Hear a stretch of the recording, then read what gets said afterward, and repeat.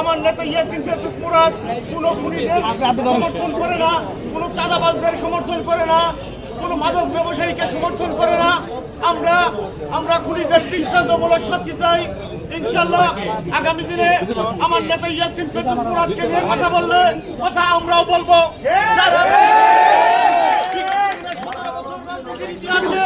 তারা কোথায় ছিলেন এটা আমাদের দেশের সবাই জানে।